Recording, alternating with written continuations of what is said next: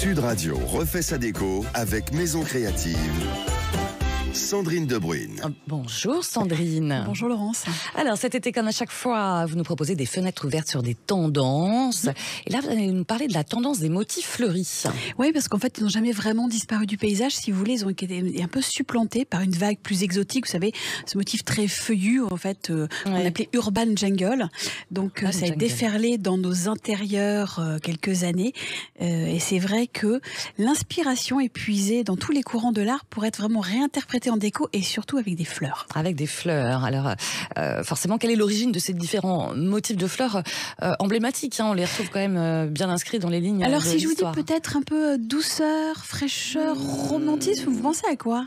Je sais pas, des fleurs de lotus. Ouais. Non, je suis pas très. Allez, aidez-moi, des roses peut-être. Alors, non. En Liberty. premier, on a ce côté Liberty, oui, exactement. En fait, c'est l'imprimé qui est assez subtil, vous savez, assez discret, jamais criard, parfois même un peu naïf. Ce motif, en fait, est né d'une alliance raffinée de 12 à 18 couleurs. Alors, ils se fondent un petit peu les uns dans les autres. C'est à l'aube du XXe siècle qu'un apprenti drapier au nom de Arthur Lazenby Liberty donne évidemment naissance à ce désormais imprimé Liberty en 1875. C'est un globetrotter qui ouvre un magasin de tissus sur Regent Street à Londres. Et il le baptise Liberty of London. Aujourd'hui encore, ce colossal bâtiment existe. Il est toujours aussi riche. Superbe bâtisse à colombage. Et c'est vrai que dès la fin des années 60, Jean Bousquet, qu'on a connu pour Cacharel, lui va démocratiser cet imprimé avec son fameux petit chemisier à fleurs. Le chemisier à fleurs. Qui devient un best-seller dans la déco, aussi bien sur des coussins, sur du textile comme des rideaux, etc. Donc voilà, même des supports imprimables sur des papiers peints. Voilà, papier peint. Et le lotus, alors votre lotus, c'est vrai que dans l'oreillette, on dit que en fait, vous pratiquez le yoga. Oui. Et c'est vrai que les bouddhistes, eux, voient cette fleur. Je suis pas bouddhiste. Non, mais vous pratiquez le yoga, en revanche. Et c'est vrai qu'il y a comme une métaphore, si vous voulez, dans la condition humaine. Le lotus s'enracine un peu dans la boue, dans les étangs, et sa fleur parvient quand même à traverser les eaux et à s'élever. Et c'est vrai qu'au-dessus d'elle, tendant les pétales vers le ciel, alors c'est la même manière, l'être humain, on dit, il s'extrait un peu de la boue de son existence matérielle pour s'élever plus spirituellement, en position de lotus. Donc voilà, cette fleur aussi, elle incarne quelque chose, et souvent dans la déco assez zen, assez japonisante, assez épurée, on a souvent une petite statuette et puis une fleur de lotus comme ça, qu'on peut retrouver aussi notamment sur des tables, pour un côté plutôt l'été, plutôt tranquille. Une sérénité, exactement. Très estivale. Est-ce qu'il y a d'autres références emblématiques Alors plus rapidement, évidemment, si je vous dis le Flower Power, oui, forcément, ça date de 1967, est apparu au moment du Summer Love. Donc les consignes, c'était de porter une fleur dans les cheveux, évidemment.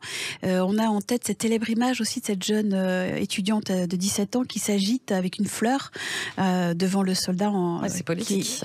C'est très politique, mais en tête, c'est une image, c'est plutôt un symbole d'un courant déco super fort. Aujourd'hui, on voit ces grosses fleurs très jaunes, très orangées, très années 70. Voilà, c'est le Flower Power. Tout de suite, on comprend, on voit cet effet un peu psychédélique. Sur Pinterest, en ce moment, sur les boards, justement, on a plus 600% de recherche sur cette tendance Flower Power qui est encore là. On a évidemment aussi l'art nouveau, avec les motifs qui ont privilégié justement tous les végétaux. On a l'art déco. Elle, c'est toujours la nature, mais on a rajouté des fruits, justement. Et puis, on a cette tendance un peu fleur des champs, fleur séchée, qui est apparue pour garder plus longtemps la nature à l'intérieur, avec cette emblématique chardon, qui pourtant est une plante, entre guillemets, plutôt mauvaise herbe, dont on a un peu peur.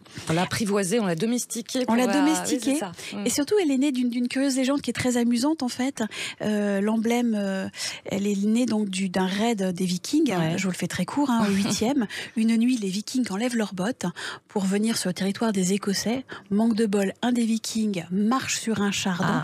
Il crie. Évidemment, toute l'armée se réveille. Et c'est vrai que les Écossais parviendront à repousser les ennemis.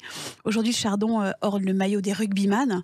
On le sait bien sur Sud Radio avec ses Écossais, et aussi sur le billet de banque. Donc voilà. Et du coup, sur les bouquets séchés, ce chardon, il est un petit peu symbole de bonheur. Voilà, c'est très amusant. Sachant que toutes ces fleurs, quelque part, on les pose pas uniquement dans des vases.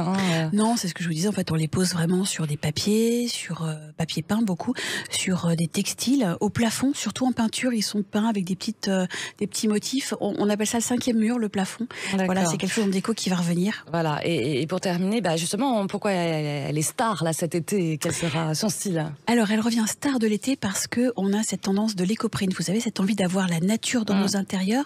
Alors, l'écoprint, c'est simple. C'est l'intégration d'un végétal dans un tissu par vaporisation. Donc, ça consiste à récupérer l'empreinte d'une fleur, plutôt fraîche sur le tissu. Ça nous vient d'Australie, par India Flint. Elle a travaillé sur le sujet depuis 20 ans. Aujourd'hui, partout en France, vous avez des adeptes qui proposent des ateliers, alors des masterclass même. C'est super intéressant de mettre les mains dans la terre, dans les fleurs. L'Imperché est dans le Perche, Maison Septembre est dans le Maine-et-Loire, Couleur Garance est à Loris dans le Vaucluse. Vraiment, les fleurs vont revenir un petit peu cet été de façon très naturelle. Et à la rentrée, plus petite, plus discrète, un petit côté un peu liberty, très campagne chic anglaise, ce sera amusant à regarder. Campagne chic anglaise, ça vous va bien. Voilà pour cette tendance des motifs fleuris. Merci beaucoup Sandrine de Bruyne. Et puis on retrouve le week-end prochain pour une autre tendance de l'été. Avec plaisir. Au revoir.